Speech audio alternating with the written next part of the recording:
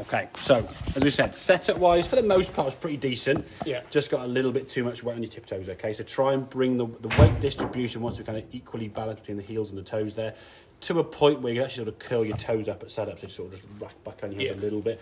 If you have that as like a little trigger before you start playing, just try to get the feel of the club where your weight is, and just being aware of your weight.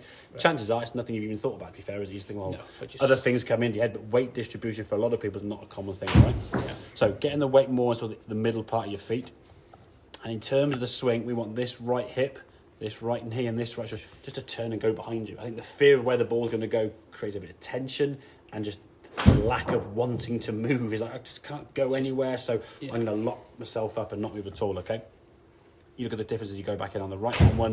You can almost see yourself sort of tipping forward there towards that yellow line, and the club going back very much in front of your chest. Look at the left-hand one where your hands are relative to your body. Yeah. That one now is kind of over there, and that one now back in front of your chest. So the club working this way.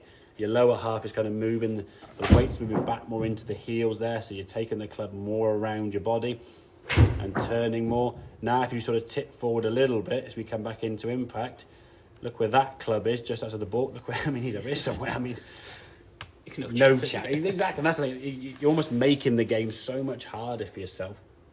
The club's way out in front of you.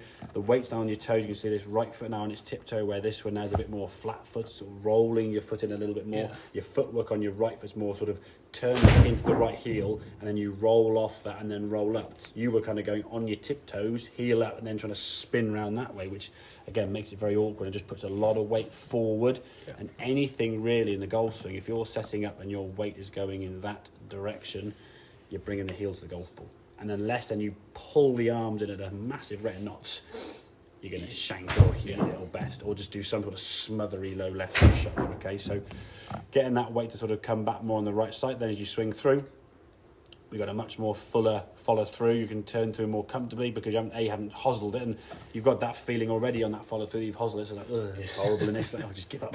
Yeah, no, I've been there, mate. It's horrible. No, not very nice. So just generally taking your golf swing and moving it more around your body, yeah? You can see these two moves here now, how the club now is more chest height now, is sort of level with your chest, where this one now is further over, more towards the golf ball side of your chest, like left shoulder, rather than being kind of back this way more. But that all is going to come from your right hip movement, okay? If we just zoom in on that right hip there and there, okay? So the left-hand one's the good. That hip pocket's moving, yeah? Yeah. Just look at your hip pockets on the right-hand one. Barely moving, so was it? That right-hand one is just staying very still. The left-hand one now is coming back around you, so you're turning your hips and stuff, turn your torso. You're getting yourself behind the golf ball in a position like you would do throw a ball, skim a pebble, throw a rugby ball. Those kind of movements there, you'd almost naturally just sort of bring the club and the ball, the racket behind you, and just throw the target. But in fear of hitting a bad shot, we just seize up like, please don't, please don't. And it is like desperation sometimes. It just kicks in like, please go forward. And if you know somebody's going to, especially if you're going away with the boys to like a golfing weekend, the last thing you'll be doing is stood there just like shanking around the golf course. And there's almost the stress and the anxiousness is going to sort of increase as you go up towards the M6.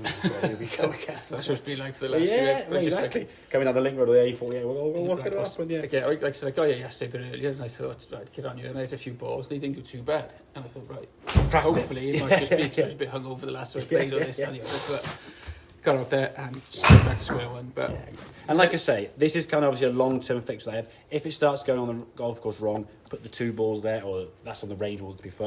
On the golf course, put a daisy, or even drop a tee on the ground somewhere. Drop a tee on the ground, just two tees. Rather than having two golf balls there, have two tees and make sure you hit the inside one, not the outside one. It will just give you some feedback of how the club's got to basically work more towards, I guess, your heel side of things rather than the toe side of things. Like I say, it was more as well, not knowing what it was. More like it's just when I'm not that good at golf, where I know to be fair, wrong. And that's why I say, mentally, the shank don't disappear like that. Physically, they have.